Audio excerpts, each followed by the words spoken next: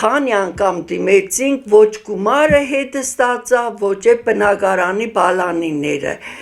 Մենք ապրում էինք Վարձով, այդ պահը։ Ես աշխատում էի Գուլբայի ֆաբրիկայում։ Մենք ստացանք դոմիկներ։ Դոմիկները մինչև հիմա կա, քարապատել ենք լրիվ, հիմա ուզում ենք սեփականաշնորհեն։ Պողոսը լինի, թե Պետրոսը բնականաբար մեզի բնակարան հասնում է։ Մենք չենք ընտրում, թե Վարդան Ղուկասյանին ընտրենք մեր սեփականաշնորհը կամ Սարիկ Մինասյանին, ով լինի ղեկավարը,